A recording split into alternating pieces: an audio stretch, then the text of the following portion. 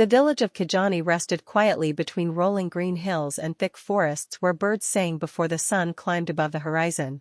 Unlike the busy cities filled with expensive cars and towering buildings, Kijani was known only for its dusty roads, mud houses, and hard-working people. Life was simple, yet difficult. Every family depended on farming, weaving baskets, fishing, or selling vegetables at the weekly market. Rain decided whether people would eat well or struggle for another season. Among the villagers lived a young woman named Amina Njeri. She was 23 years old, with gentle brown eyes and a warm smile that seemed to brighten every place she entered.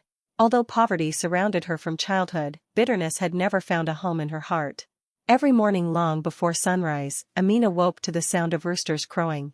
She swept the small yard around her tiny mud house, fetched water from the river nearly 2 miles away, prepared breakfast for her grandmother, and then spent hours weaving colorful baskets from dried palm leaves. Her grandmother, Mama Njeri, had raised her after both of Amina's parents died during a fever outbreak when she was only 6 years old. "You have the strongest heart I've ever known," Mama Njeri often told her. Amina would simply smile. "We may not have money, Grandma, but we still have each other." Their house had only one room with a grass roof that leaked whenever heavy rain arrived. During storms they placed old pots around the floor to catch dripping water. Still, every evening their home echoed with laughter instead of complaints. Across the village lived children who often ran barefoot through dusty paths. Whenever Amina sold enough baskets to buy bread, she secretly divided it among the children before returning home. "Why do you always give away what little you have?" her friend Nala once asked. Amina shrugged. "If someone smiles because of me, I feel richer than any queen." The villagers admired her kindness. Even strangers who visited Kijani remembered the young woman who never allowed anyone to leave hungry. One hot afternoon, while carrying a basket filled with vegetables toward the marketplace, Amina noticed an elderly man struggling beneath the weight of a heavy sack. Without hesitation she hurried toward him. "Please let me help." "My daughter," the old man sighed, "this sack is too heavy for someone as small as you." She laughed. "Then we'll both carry it." Together they reached his home. The grateful man offered her the only chicken he owned. She politely refused. "Keep it for your family." Word spread quickly through the village. "That girl has a heart of gold." Far away, nearly 200 miles from Kijani, another life unfolded. Makora city glittered with towering glass buildings, luxury hotels, shopping malls, and expensive restaurants. Traffic filled every street. Businessmen hurried between meetings. Private helicopters landed atop skyscrapers. Among the city's wealthiest citizens was 29-year-old Kofi Mensah. Unlike the villagers of Kijani, Kofi had never worried about food or shelter. His late father had built one of the country's largest business empires, including hotels, transport companies, coffee plantations, and construction firms. After his father's passing, Kofi inherited everything. Magazines frequently called him Africa's young business genius. Despite his success, loneliness quietly followed him everywhere. Every social event felt the same. Women praised his expensive suits. Business partners admired his cars. People complimented his mansion. But very few cared about the man beneath the wealth. One evening during an elegant charity gala, another wealthy woman introduced herself. "Mr. Mensah, everyone says you're still unmarried." Kofi smiled politely. "That's true." She laughed softly. "My father owns one of the largest mining companies. Together our families could become even stronger." Kofi immediately understood. She wasn't interested in him. She was interested in an alliance. After returning home that night, he stood beside the enormous window overlooking the sparkling city lights. His elderly butler, Samuel, quietly approached. "You seem troubled again, sir." Kofi sighed. "Have you ever wondered if people would still respect you if you had nothing?" Samuel smiled. "The right people would. But where do I find them?" Samuel looked toward the dark horizon. "Sometimes you must leave the city to discover what truly matters." Those words remained in Kofi's thoughts for days. The following weekend he cancelled every business meeting, left his luxury car behind, borrowed an ordinary pickup truck from one of his farm managers, dressed in simple clothes, and began driving through the countryside without telling anyone where he was going. Hours later he reached Kijani. The peaceful silence surprised him. Children chased homemade wooden toys. Women laughed while washing clothes beside the river. Farmers greeted one another by name. No one seemed impressed by expensive things because there were none. For the first time in years, Kofi felt strangely relaxed. He parked beneath a large acacia tree and walked toward the marketplace. The market buzzed with life: fresh mangoes, tomatoes, hand-woven baskets, colorful fabrics, wood carvings. The smell of roasted corn drifted through the warm afternoon air. While exploring the market, Kofi noticed a blind elderly man slowly crossing the crowded path with the help of a wooden stick. Someone accidentally bumped into him. The old man's cloth pouch fell to the ground. Dozens of small coins scattered across the dusty road. Several people glanced at the money. Nobody stopped. Some even stepped over the coins. Before Kofi could react, a young woman rushed forward. She carefully knelt on the ground and picked up every single coin. When she finished, she gently placed the pouch back into the old man's hands. "You dropped these, my child," the old man whispered. "May God bless you." She smiled. "I'm only returning what already belongs to you." Then she held his arm and carefully guided him across the busy market until he safely reached the other side. Kofi couldn't take his eyes off her. There was something different about this young woman. She expected nothing in return. No applause. No reward. No attention. She simply helped because it was the right thing to do. As she turned to leave, a little girl tugged at her dress. "I'm hungry." Without thinking twice, the young woman handed the child the bread she had just purchased for herself. The little girl hugged her tightly before running away. Kofi found himself smiling. He quietly asked a nearby fruit seller, "Who is she?" The old woman arranging bananas smiled proudly. "That's Amina Njeri." "Is she wealthy?" The woman laughed so loudly several customers looked over. "Wealthy?" She wiped tears from her eyes. "That girl is probably the poorest person in this entire market." Kofi frowned. "Then why does she keep giving away everything she owns?" The fruit seller looked toward Amina. "Because she believes kindness grows when it's shared." Those words stayed with him. For the rest of the afternoon, Kofi wandered through the market, but his attention kept returning to Amina. He watched as she patiently bargained with customers buying her handmade baskets. She never cheated anyone. If an elderly customer couldn't afford the full price, she accepted less. When a child admired one of her smallest baskets, she quietly gave it away for free. As the sun began to set behind the distant hills, Amina packed her remaining baskets onto her shoulder and started walking home along a narrow dirt road. Without fully understanding why, Kofi found himself following at a respectful distance. He had come to Kijani hoping to escape the emptiness of his wealthy life. Instead, he had unexpectedly met someone whose simple acts of kindness had already begun to change the way he saw the world. And neither of them knew that this quiet evening would become the first step toward a journey that would transform both of their lives forever. The dirt road that led away from the marketplace stretched through fields of maize, tall acacia trees, and patches of wildflowers. The evening breeze carried the scent of fresh earth after a brief afternoon drizzle. Amina balanced the few baskets she had not managed to sell on her head while humming a quiet song her grandmother had taught her years ago. She had no idea that a stranger was walking several yards behind her. Kofi kept his distance, not wanting to frighten her. He wasn't following her out of suspicion or curiosity anymore. Something about her peaceful spirit drew him in.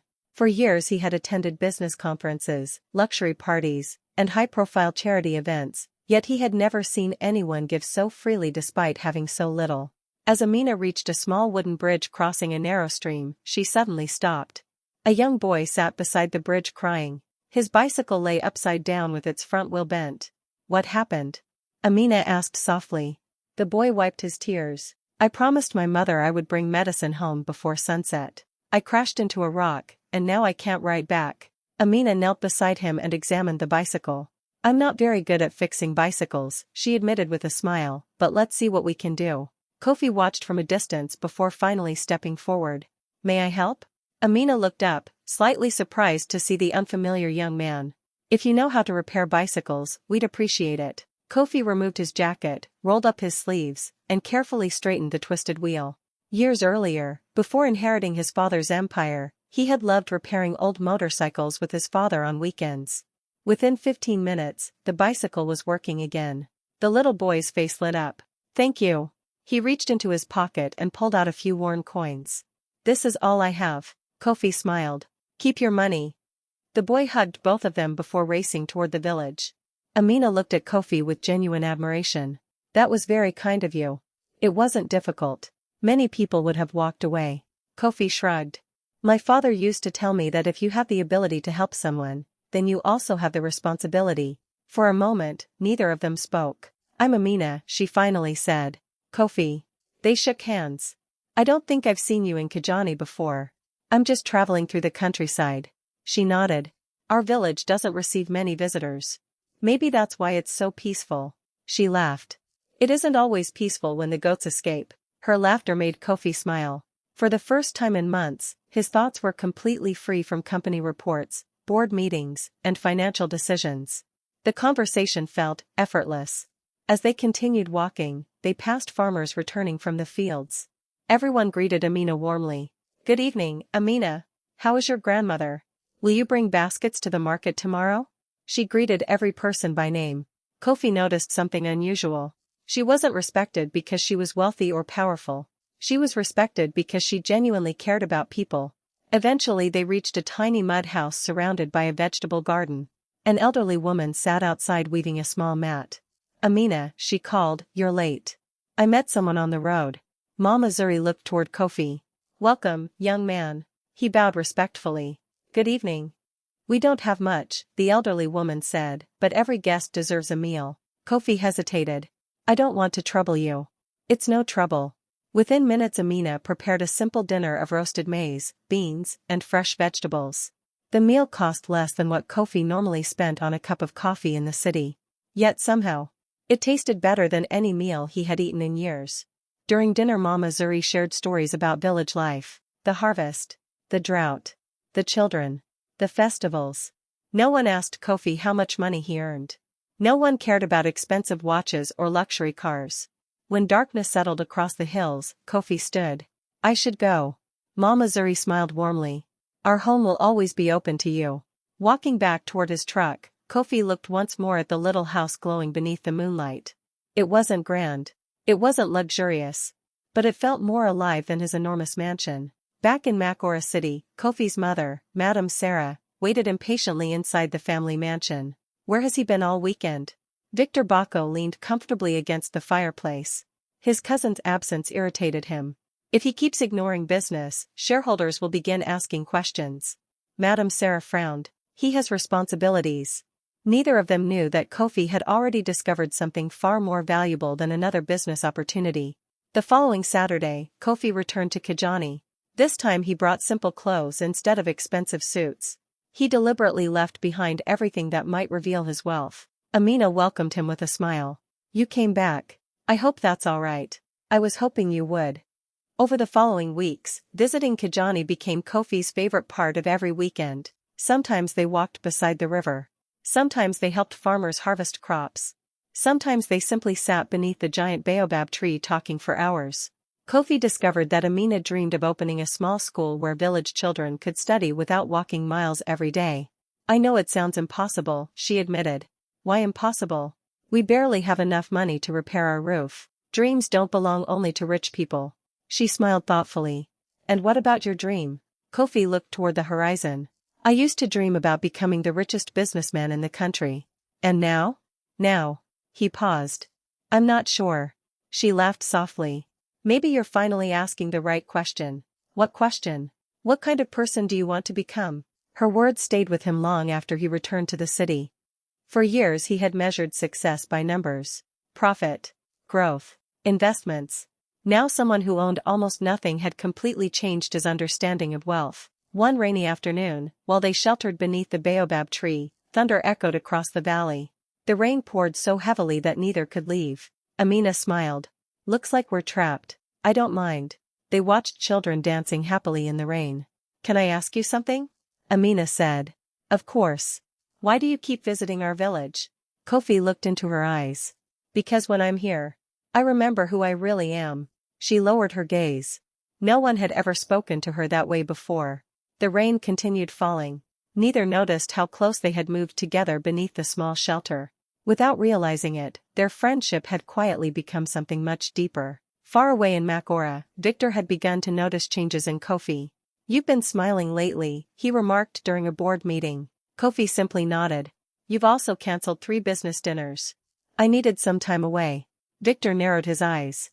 There must be a reason. For the first time, Victor suspected that someone had entered Kofi's life. He had no idea that the woman responsible was a humble basket weaver living in one of the poorest villages in the country.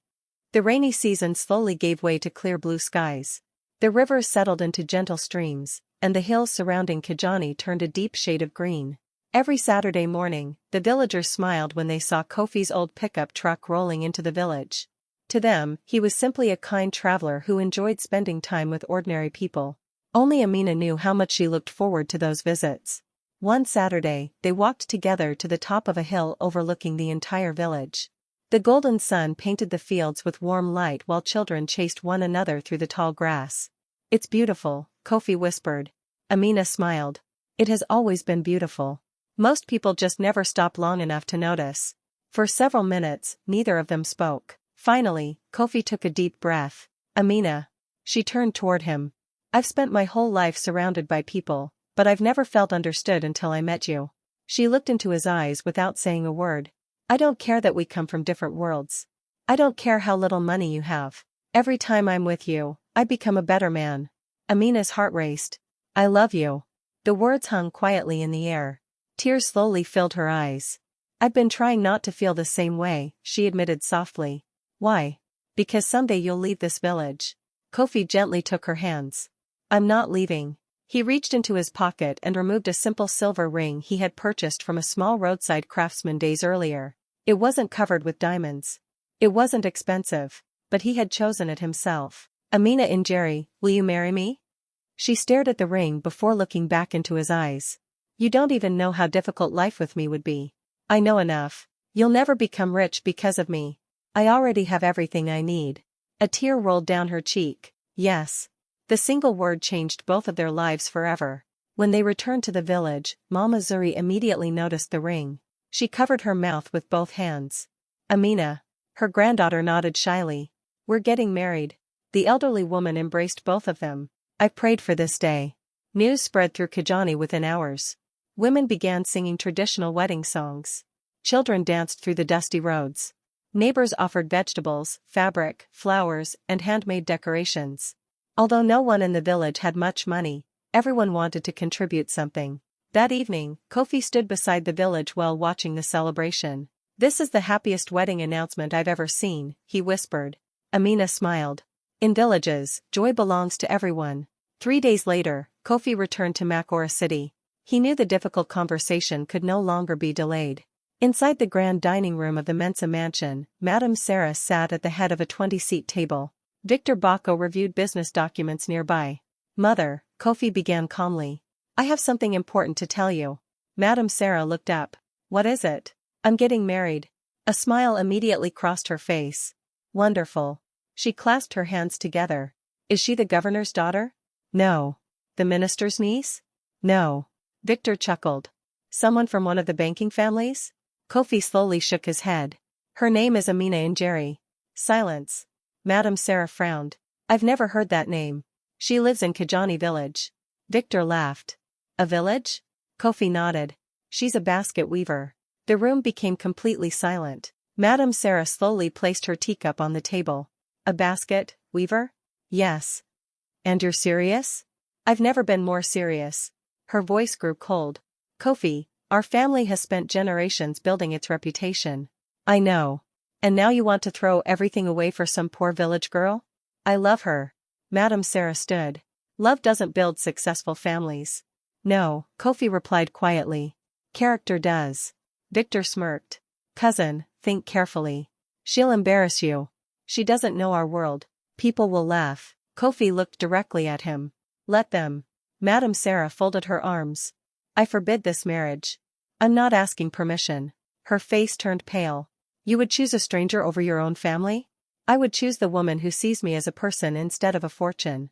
Without another word, Kofi left the room. Behind him, Madame Sarah sat down heavily. "This cannot happen." Victor's eyes narrowed thoughtfully. "If he marries her, he'll never listen to us again." For the first time, jealousy quietly took root inside Victor's heart. Meanwhile, Kijani buzzed with wedding preparations. Women sewed Amina's dress by hand. The village carpenter built wooden benches. Children practiced songs. Mama Zuri polished the tiny silver ring every evening before placing it back into its cloth pouch. One afternoon, Amina sat outside weaving baskets when her friend Nala approached. "Are you nervous?" "A little." "What if wealthy people don't accept you?" Amina looked toward the hills. "I can't control how others see me. I can only choose the kind of person I remain. Nala smiled. That's why Kofi loves you. A week before the wedding, Kofi returned with exciting news. I've rented a small church near the village. Amina looked surprised. I thought your family would want a huge ceremony. They're not coming. Her smile slowly faded. They refused? He nodded. I'm sorry. She gently held his hand. No. I'm sorry they're missing the chance to celebrate with you. Her answer reminded Kofi once again why he had fallen in love with her. She responded to rejection with compassion instead of anger. On the morning of the wedding, the entire village gathered outside the little white church. Wildflowers decorated the entrance. Traditional musicians played joyful melodies. Children scattered flower petals along the path. Amina stepped from her grandmother's house wearing a simple white gown sewn entirely by village women. No diamonds. No expensive jewelry. Only grace. Kofi waited inside the church. When he saw her walking toward him, he couldn't stop smiling. To him, she was the most beautiful woman in the world. As she reached the altar, Mama Zuri placed Amina's hand into Kofi's. Take care of each other. I promise, Kofi answered. The pastor smiled warmly. We are gathered today not to celebrate wealth, but love. Outside, the villagers cheered as the church bells rang across the valley. They danced late into the evening beneath strings of lanterns. No reporters attended. No famous guests arrived. But everyone present celebrated with genuine happiness. As the stars filled the night sky, Kofi looked at Amina. Ready to begin our new life? She smiled. Together. Neither of them realized that their greatest challenges were only beginning. Far away, inside the Mensah mansion, Madame Sarah stared at a photograph of the wedding that had just appeared on social media. Her expression hardened. If that girl wants to be part of this family, she whispered coldly, she'll have to prove she belongs. Victor stood silently beside her. A slow smile spread across his face. An idea had already begun forming in his mind. It was an idea that would threaten not only Amina's happiness, but her entire future. The morning after the wedding, Amina stood outside the small cottage where she had spent her entire life. The air was cool, and a light mist drifted over the green hills surrounding Kijani. Birds chirped in the distance while villagers gathered one last time to wish the newlyweds a safe journey. Mama Zuri held Amina's hands tightly. My child, she said, struggling to hold back tears, never forget where you came from. I never will, Grandma. And never let anyone convince you that kindness is weakness. Amina embraced the elderly woman. You taught me everything I know. Kofi respectfully bowed before Mama Zuri. I promise she'll never face life's storms alone. Mama Zuri smiled through her tears. I believe you. As their vehicle disappeared down the dusty road, the villagers waved until it vanished beyond the hills. For Amina, every familiar tree, every narrow path, and every smiling face slowly faded into the distance. She wasn't just leaving her village. She was leaving the only world she had ever known. Hours later, the skyline of Makora City appeared on the horizon. Towering buildings stretched into the clouds. Luxury cars filled the highways. Massive shopping centers sparkled beneath the afternoon sun. Amina looked through the window in amazement. I've never seen anything like this. Kofi smiled. I remember feeling the same way when I first came here as a child. When they finally arrived at the Mensah estate, Amina sat silently. Iron gates taller than any building in Kijani slowly opened. A long driveway lined with palm trees led toward an enormous mansion built from white stone. Beautiful fountains decorated the gardens. Luxury vehicles were parked neatly outside. Servants stood in two perfect rows at the entrance. Amina quietly whispered, "This house is bigger than our entire village." Kofi gently squeezed her hand. "This is only a house." She smiled nervously. "I hope it becomes a home." The front doors opened. Madame Sarah stood waiting. Her elegant dress, expensive jewelry, and perfectly composed posture contrasted sharply with Amina's simple appearance. Behind her stood Victor Bacco, smiling politely, but his eyes revealed something far colder. Madame Sarah stepped forward. "So, this is the famous village girl." Amina bowed respectfully. "It's an honor to meet you." Madame Sarah looked her up and down without returning the greeting. "You may come inside." The servants exchanged nervous glances. The atmosphere felt colder than the air-conditioned mansion itself. That evening, a formal family dinner had been prepared. Crystal chandeliers illuminated the enormous dining hall. Silver cutlery reflected the candlelight. More than 20 dishes covered the long table. Amina had never seen so much food in one place. She quietly waited until everyone else began eating. Victor noticed. "What's wrong? Never seen proper dining before?" Several guests laughed softly. Amina remained calm. I'm still learning. Madame Sarah added coldly. In this family, appearances matter. We don't eat with our hands. We don't speak loudly. We don't embarrass ourselves. Kofi placed his fork down. Mother. Amina deserves respect. Madame Sarah smiled without warmth. Respect is earned. Amina gently touched Kofi's arm beneath the table, silently asking him not to argue. Over the following days, life inside the mansion became increasingly difficult.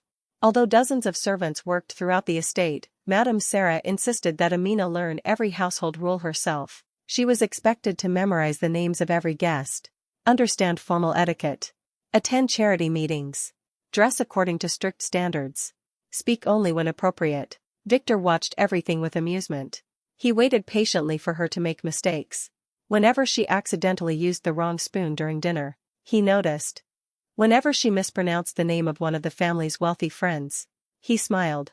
Whenever expensive guests whispered about the village bride, he listened carefully. But Amina never complained. Every evening she quietly studied books about etiquette. She asked the housekeeper for advice. She thanked every servant by name. She treated everyone, from the gardeners to the cooks, with the same kindness she had shown villagers back home. Slowly, the servants began to admire her. One afternoon, the head chef accidentally dropped a heavy tray filled with expensive china. Plates shattered across the kitchen floor. The terrified chef froze. Madame Sarah was known for dismissing employees over far smaller mistakes. Before anyone could react, Amina knelt beside him. Are you hurt? My hands. They're bleeding. Ignoring her own expensive dress, Amina carefully wrapped the chef's injured hand with a clean towel. Please sit. I'll clean this. The other servants stared in surprise.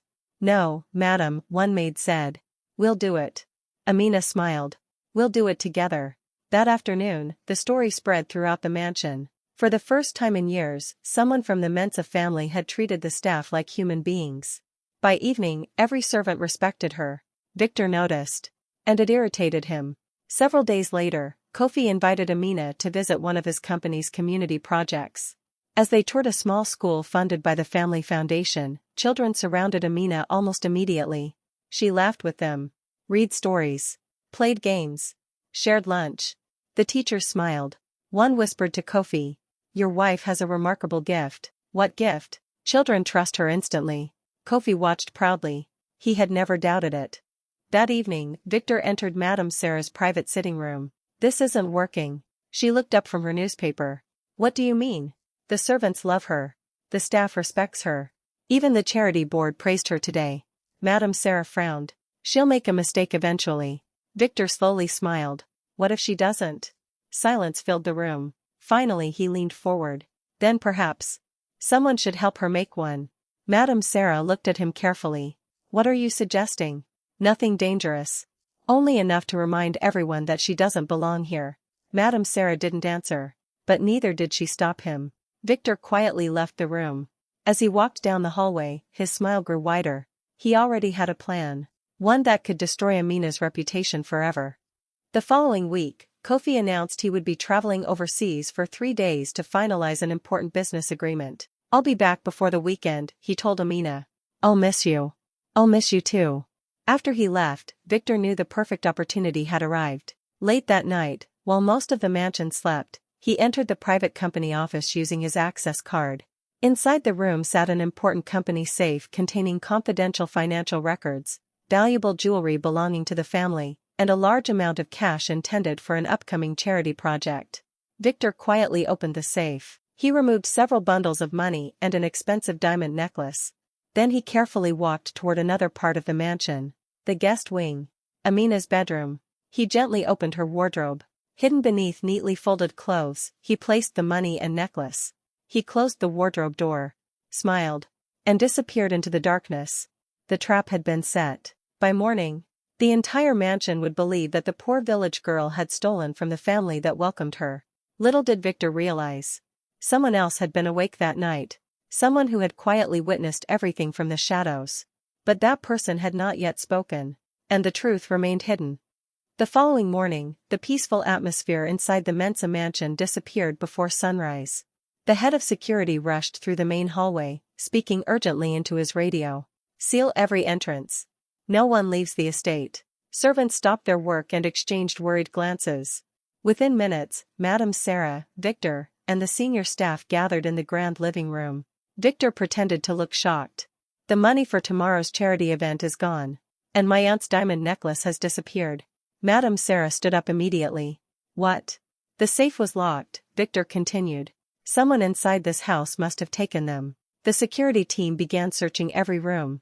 Amina stepped into the hallway, confused by the commotion. "What's happening?" Victor looked directly at her. "There has been a theft." Before Amina could respond, 2 security officers approached. Mrs. Mensah, "We're required to search every room." She nodded calmly. "Please do." She had nothing to hide. One room after another was inspected. Nothing. Then they entered Amina's bedroom. The head of security carefully opened her wardrobe. A few seconds later, his expression changed. He slowly reached beneath a stack of folded clothes. The room became silent. He pulled out bundles of cash. Then, the diamond necklace. A loud gasp echoed through the hallway. One of the maids covered her mouth. Madame Sarah stared at the evidence in disbelief. Victor lowered his head, pretending to be disappointed. "I never wanted to believe this." Amina froze. "What?" She stepped forward. "I've never seen those before." The security chief looked uncomfortable. "They were found in your wardrobe. Someone put them there." Victor sighed dramatically. "Please don't make this harder. I didn't steal anything." Her voice remained steady despite the growing tension. Madame Sarah looked into Amina's eyes. "Why should we believe you?" "Because it's the truth." Victor folded his arms. "The evidence says otherwise."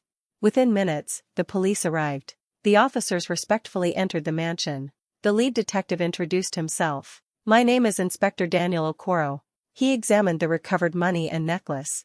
Then he turned toward Amina. "Mrs. Mensah, I'll need to ask you a few questions." She nodded. "I understand." The detective noticed something unusual. She wasn't panicking. She wasn't angry. She simply looked heartbroken. Hours later, Kofi landed at the airport after completing his overseas business trip. As soon as he switched on his phone, dozens of missed calls appeared.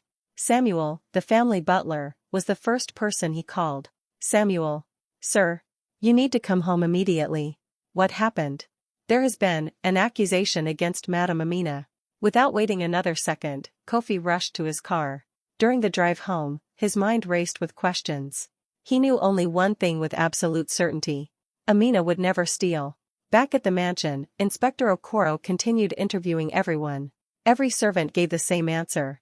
"Madame Amina has always treated us with kindness.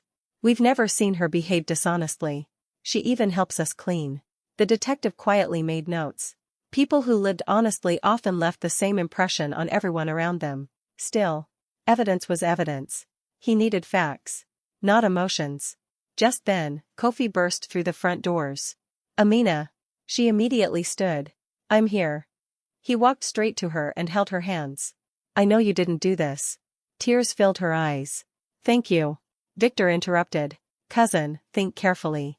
The evidence was found in her room." Kofi turned toward him. "And yet I still trust my wife." Inspector Okoro observed the exchange closely. Trust like that wasn't common, especially under pressure. The investigation continued throughout the afternoon. The detective carefully examined the safe. There were no signs of forced entry. Whoever had opened it knew the security code. That narrowed the list of suspects considerably. Only 4 people had access. Kofi, Madame Sarah, Victor, the family accountant. Amina's name wasn't on the list. Inspector Okoro frowned. If Mrs. Mensah couldn't open the safe, how did the stolen items reach her room? Victor answered quickly. "Perhaps someone else opened it for her." The detective didn't respond. He disliked answers that arrived too quickly. That evening, while reviewing security reports, Inspector Okoro noticed something odd. One hallway camera had stopped recording for exactly 8 minutes during the night. He called the security manager. "Why?" The man looked nervous. "There was a temporary system interruption." "Does that happen often?" "No, sir." The detective requested every remaining camera recording. One by one, he watched hours of footage. Nothing unusual. Until a camera overlooking the west corridor captured a mysterious shadow walking toward Amina's room. The person's face couldn't be seen clearly, but one detail stood out. A distinctive gold ring worn on the person's right hand. Inspector Okoro paused the video. "Interesting." Meanwhile, Samuel quietly approached Amina. Madam, I need to tell you something. She looked at him. I couldn't sleep last night. I went downstairs for tea. And? I thought I saw someone leaving this hallway. Who? I'm not completely certain. But I believe it was Mr. Victor. Amina looked surprised. Why didn't you tell anyone? I had no proof. She gently smiled. Thank you for telling the truth. Samuel bowed respectfully. I've worked for this family for 30 years. I've learned that truth always finds its way into the light. The following morning, Inspector Okoro called everyone into the grand living room. I've reviewed the evidence. Victor smiled confidently. Finally, this nightmare would end. The detective placed a laptop on the table. I'd like everyone to watch something. Security footage appeared on the screen. Although blurry, it clearly showed someone entering the hallway leading toward Amina's room. Victor crossed his arms. The image isn't clear. No, the detective agreed. But the jewelry is. He zoomed in. A large gold family signet ring gleamed under the hallway light. The detective slowly looked around the room. There are only 2 members of this family who own this custom-made ring. Everyone instinctively looked at Kofi. Then, at Victor. Victor forced a laugh. Many people own gold rings. Inspector Okoro calmly nodded. That's true. But not with the Mensah family crest. Silence filled the room. The detective wasn't accusing anyone yet. He simply continued presenting facts. The investigation is not over. But I believe Mrs. Amina Mensah may have been framed. Madame Sarah slowly looked toward Victor. For the first time, doubt appeared in her eyes. Victor realized something dangerous. The detective was getting closer to the truth, and unless he acted quickly, everything he had planned was about to collapse. The atmosphere inside the Mensah mansion had completely changed. Only a day earlier, everyone had looked at Amina with suspicion. Now, all eyes had turned toward Victor. He remained seated in the grand living room, trying to appear calm, but beads of sweat slowly formed on his forehead. Inspector Daniel Okoro closed the laptop and looked around the room. This investigation is far from over, he said calmly. But one thing is now very clear. He turned toward Amina. There is no evidence proving Mrs. Mensah stole anything. Victor immediately stood. So you're simply going to ignore the money that was found in her room? Inspector Okoro shook his head. No. But I also won't ignore the evidence that someone had access to both the company's safe and her bedroom. The detective nodded toward 2 officers. I'll need everyone's fingerprints. Victor forced a smile. Of course. Hours later, forensic specialists carefully examined the money bundles, the diamond necklace, and the inside of Amina's wardrobe. Everyone waited anxiously. Late that evening, the laboratory report arrived. Inspector Okoro opened the envelope. The room became silent. The fingerprints on the money belonged to the finance department staff who counted it before placing it in the safe. He continued reading. The fingerprints on the diamond necklace belonged to Madame Sarah. She nodded. That makes sense. It was my necklace. The detective looked at the final page. And the fingerprints inside the hidden compartment of Mrs. Mensah's wardrobe. He paused. Belonged to Victor Bacco. Silence. Victor's face turned pale. That's impossible. The detective calmly placed the report on the table. Would you like to explain why your fingerprints were found inside your cousin's wardrobe? Victor struggled to answer. Before he could finish, Samuel stepped forward. I would like to make a statement. Everyone turned toward the elderly butler.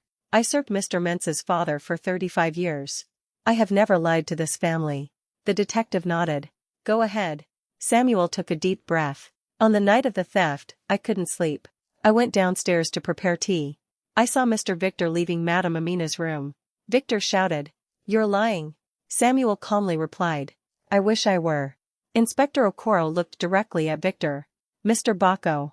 I believe it's time you told the truth. Victor's confidence finally collapsed. His shoulders dropped. He looked at Madame Sarah. Then at Kofi. Finally, he lowered his head. I only wanted to protect this family. Madame Sarah stared at him. What have you done? Victor sighed deeply. I couldn't accept that a poor village girl would become part of our family. I thought. If everyone believed she was a thief, Kofi would divorce her. The room fell completely silent. Amina closed her eyes. Not because she hated Victor, but because she couldn't understand how jealousy could make someone destroy another person's life. Inspector Okoro signaled to the officers. Victor Bacco. You're under arrest for theft, planting evidence, and attempting to frame an innocent person. The officers placed handcuffs on Victor. As they escorted him away, He looked back at Kofi. "I'm sorry." Kofi didn't answer. Some wounds were too deep for immediate forgiveness. After the police left, an overwhelming silence settled over the mansion.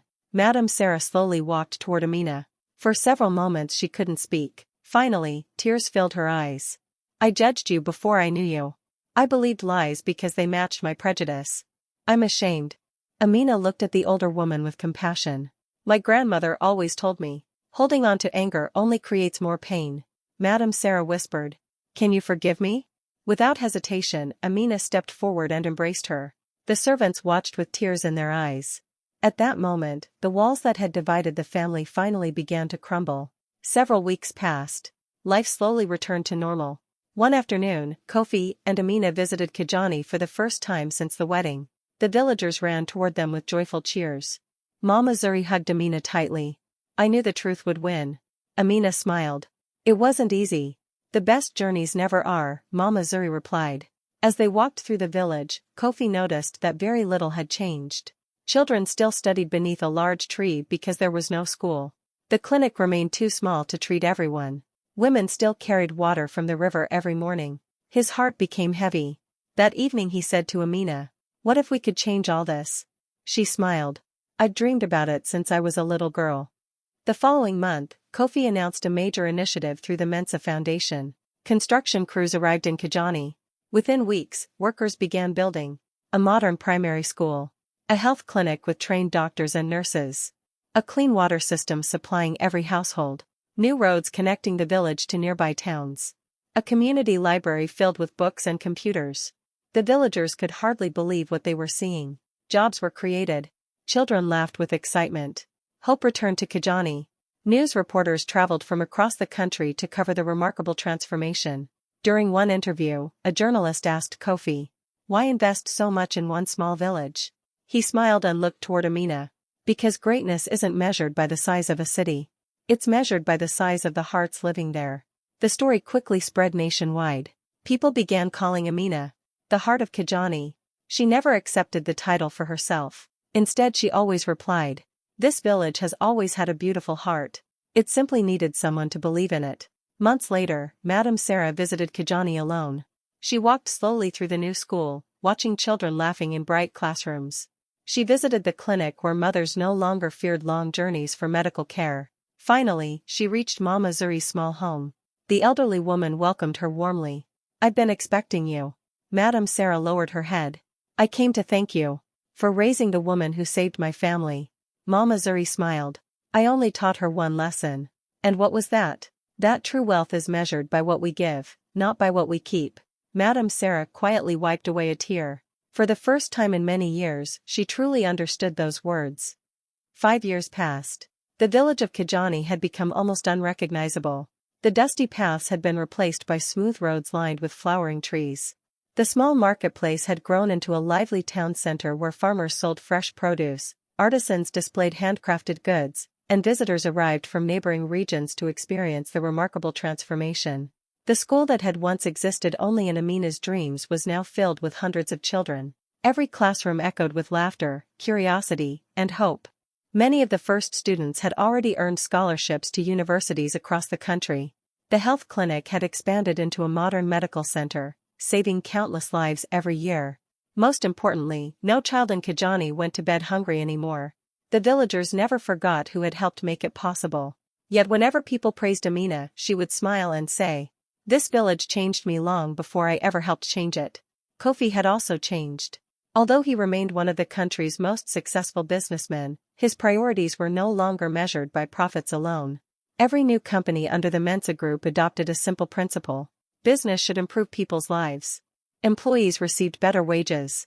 Scholarship programs were introduced for workers' children. Medical insurance was expanded. Thousands of families benefited from policies inspired by Amina's compassion. Business magazines still called Kofi a financial genius. But he valued another title far more. Whenever someone introduced him as Amina's husband, he smiled proudly. One sunny afternoon, a black SUV stopped outside the village school. A distinguished elderly gentleman stepped out, accompanied by several members of a charitable foundation. The children watched curiously. The man looked around before asking, "Is Amina Njeri here?" A teacher smiled. She's speaking with students in the library. Moments later, Amina entered the courtyard. The elderly man stared at her for several seconds. Then tears slowly filled his eyes. I've finally found you. Amina looked confused. I'm sorry, have we met? He smiled gently. Many years ago, before anyone knew your name. You were only 16. There was a terrible flood. Suddenly, distant memories returned. Amina remembered rushing into the swollen river to save a frightened little girl trapped by the current. After pulling the child to safety, she quietly disappeared before anyone could thank her. The old man's voice trembled. That little girl was my daughter. The courtyard fell silent. My family searched for you for years. We never learned your name. My daughter survived because of your courage. He turned toward the foundation members. This remarkable woman expected nothing in return. The elderly man presented Amina with a beautifully carved wooden box. Inside was a medal honoring extraordinary acts of bravery and humanity. I know no award could ever repay what you did, but I hope you'll accept this as our family's gratitude. Amina accepted it with tears in her eyes. I only did what anyone should do. The old man smiled. No. Not everyone would. News of the ceremony spread across the nation. Television stations, newspapers, and online media shared Amina's incredible story. People were amazed to learn that the woman once mocked for being poor had quietly spent her entire life helping others.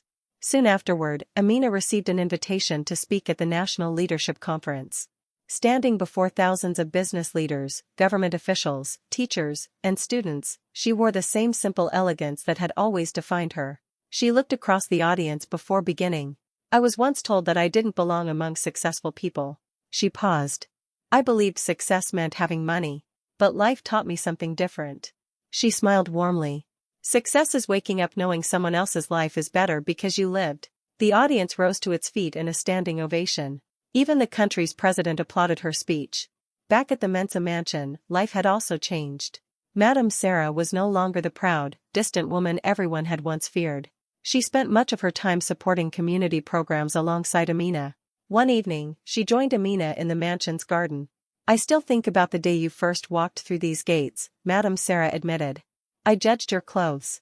I judged your background. I judged everything except your heart. Amina gently smiled. The important thing is that you changed. Madame Sarah nodded. You taught me that the poorest person isn't someone without money. It's someone without compassion. The two women embraced like mother and daughter. Several months later, the family received unexpected news. Amina was expecting a baby. The entire village celebrated. Mama Zuri cried tears of joy when she heard she would become a great-grandmother. 9 months later, Amina gave birth to a healthy baby girl. Kofi held his daughter in his arms and whispered, "What shall we name her?" Amina smiled. Hope. Because that's what changed our lives. They named her Hope Zuri Mensah, honoring the grandmother who had raised Amina with love and wisdom. Years passed once again. Little Hope grew into a cheerful child who loved visiting Kijani. Unlike many wealthy children, she played barefoot with village kids, helped plant trees, and listened carefully to her great-grandmother's stories. One afternoon, Hope asked, "Mother, why does everyone love you so much?" Amina smiled. "I don't know if they love me. They love kindness. And kindness belongs to everyone." Hope nodded thoughtfully. "I want people to remember me that way too." "They will," Kofi said, smiling. "As long as you remember that every person deserves respect." On Mama Zuri's 95th birthday, the entire village gathered beneath the great baobab tree where Kofi had proposed years before. Children sang. Musicians played traditional songs. Families shared food. As the celebration continued, Mama Zuri slowly stood with the help of a walking stick. She looked around at the smiling faces. "This is the richest village in the world." Everyone laughed. One child asked, "But Grandma, we don't have the biggest houses." She smiled gently. "No. But we have something far greater. We have people who care for one another." The crowd applauded. Later that evening, as the sun dipped below the hills, Kofi and Amina stood beneath the same baobab tree where their journey had begun. "Do you remember this place?" Kofi asked. "Every detail. You changed my life." Amina shook her head. "We changed each other's." He smiled. "And I'd choose you again. In every lifetime." She leaned against his shoulder as the sky filled with countless stars. Many years later, visitors from around the world came to Kijani to study how one small village had become a model of education, healthcare, and community development. At the entrance to the village stood a simple stone monument. It did not list business achievements. It did not celebrate wealth. Instead, it carried a single message. Never judge a person by what they own. Judge them by what they give. Every traveler who stopped to read those words asked the same question. Who wrote this? The villagers would smile and answer. A woman who once owned almost nothing, but whose heart was richer than gold. And whenever people asked Kofi the secret of his happiest decision, he always gave the same answer. I didn't marry a poor village girl. I married the richest soul I had ever known.